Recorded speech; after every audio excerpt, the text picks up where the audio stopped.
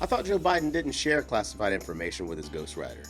He said so. Hey guys, my name's Jason Wesley, and this is not a podcast. I did not share classified information. I did not share it. With your ghostwriter? With my ghostwriter, I did not. Guarantee you did not.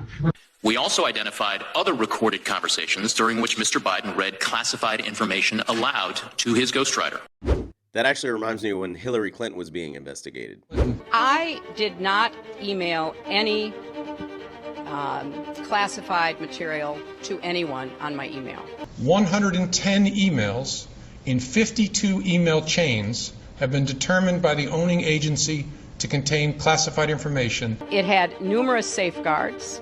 It was on property guarded by the Secret Service, and there were no security breaches. We do assess that hostile actors gained access to the private commercial email accounts of people with whom Secretary Clinton was in regular contact from her personal account.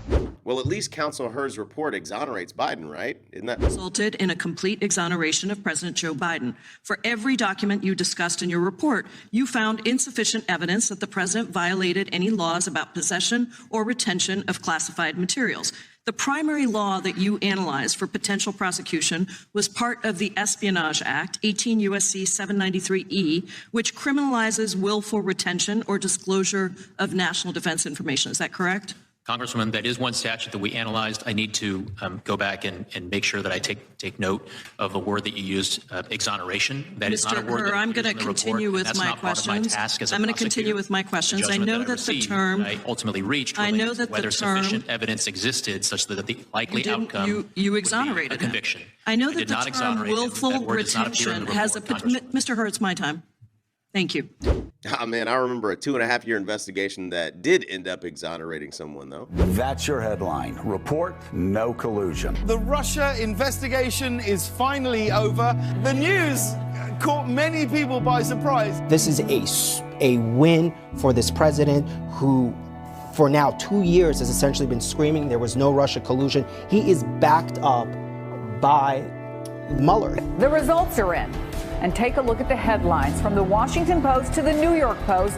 They're what the president wanted. The president has just been exonerated. I mean, can we just take a step back and focus on the fact that this is a nearly 2-year investigation that has swirled around the president since day one of his presidency, and he has just been exonerated. And Robert Mueller gave a very clear answer, and that was that there was no collusion. And it is, in fairness, what the president has been saying. This was what all the questions surrounded the president. Did he obstruct justice? They just cleared him. This is a huge win, hands down, black and white, for President Trump. They said Biden did everything that he was asked to do.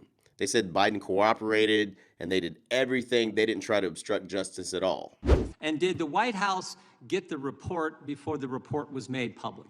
We did provide a draft of the report to the White House counsel's office and members of the president's personal counsel team for their review. No, I understand. And did the White House then, once they got the report before it went public, did the White House try to weigh in with your investigation on elements of that report and, frankly, get the report changed? They did request certain edits and changes to the draft report. I have one letter here that's addressed to you on February 5th, and they said, we're pleased that after more of a year of investigating, you've determined, they respond to the report. And then they disagree with your, they asked for you to change some of the things you had in your report, namely the fact that the president's memory was not very good. You remember that? Yes, sir. Why did you not charge the ghostwriter with obstructing justice and deleting evidence? Well, for a number of reasons that are laid out in the report. But in brief, Congressman, yes, when we interviewed the ghostwriter, he did tell us, and I'm trying to get the exact language, that one of the things on his mind, one of the things he was aware of, was that I had been appointed special counsel and was conducting an investigation. Right, so he didn't, just so everybody knows, the ghostwriter didn't delete the recordings just as a matter of happenstance. Ghostwriter has recordings of Biden making admissions of crimes. He then learns that you've been appointed. He then deletes the information that is the evidence, and you don't charge him. That is reflected in the report, and one of the reasons... Like, what does somebody have to do to get charged with obstruction of justice by you? If like deleting the evidence of crimes doesn't count, what would meet the standard? At least Joe Biden didn't have classified documents in 7 different places that were insecure. Permanent and current. So there were 3 places, those 3 places classified information was at. Is that fair to say? That's correct. The initial transition office, immediately after the end of the vice presidency, the Penn Biden Center's temporary office, and then the Penn Biden Center's permanent office. Okay, so those, and then you had the University of Delaware Library, the University of Delaware Biden Center, right? So that's 5 total, and then you had multiple places in his home. Correct. The garage, the den, the office upstairs, and the office downstairs. Correct. So what is that? That's like 9 different places. I've lost count, sir, but Yeah, that sounds right. It's everywhere, and it was documents over a 50-year time frame. And then by comparison, because the Democrats want to keep comparing to President Trump's classified document right at his home with Secret Service protection. I don't know that they're anywhere else, were they?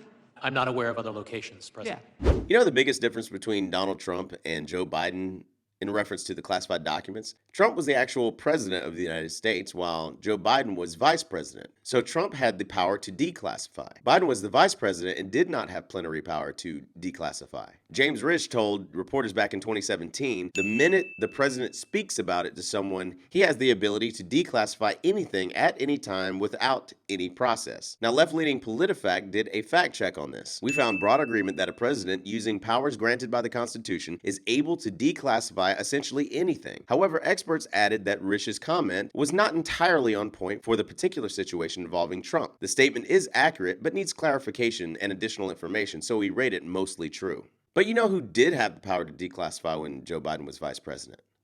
I'll give you one guess. However, I'm going to presume that you would never prosecute someone you thought was outright innocent. Correct. In this case, did you reach a conclusion that this man was outright innocent? That conclusion is not reflected in my report, sir. Right. So you did not reach that conclusion, or it would have been in your report. I viewed my task of explaining my decision to the Attorney General as being based on my judgment and my assessment of the evidence. Would a conviction at trial be the probable outcome? And that's And I just want to make sure the record is complete in that, because I think it's extremely important. You did not reach an idea that he had committed no wrong. You reached a conclusion that you would not prevail at trial and therefore did not take it forward. Is that correct? correct, Congressman. Mr. Herr, how much did President Biden get paid for his book? Off the top of my head, I'm not sure if that information appears in the report. Sure does. There's a dollar amount in there. You remember? I don't. It may be $8 million. If that's $8 million. Joe Biden had 8 million reasons to break the rules. Took classified information and shared it with the guy who was writing the book. That's why he did. He knew the rules, but he broke them for $8 million in a book advance. Will you be my alibi?